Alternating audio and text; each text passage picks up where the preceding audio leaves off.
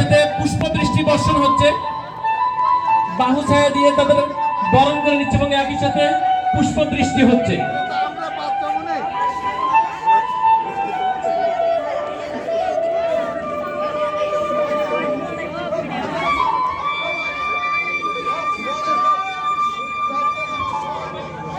সবাইকে করতালি দেওয়ার জন্য অনুরোধ করছি।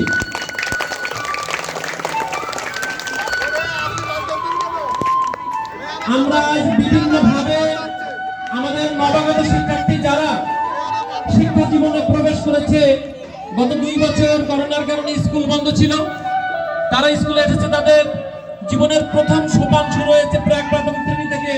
তাদেরকে বরণ করে নেওয়ার জন্য আমাদের বহু আনুষ্ঠানিকতা আছে, আমাদের একটি একটি করে আনুষ্ঠানিকতা শুরু হবে।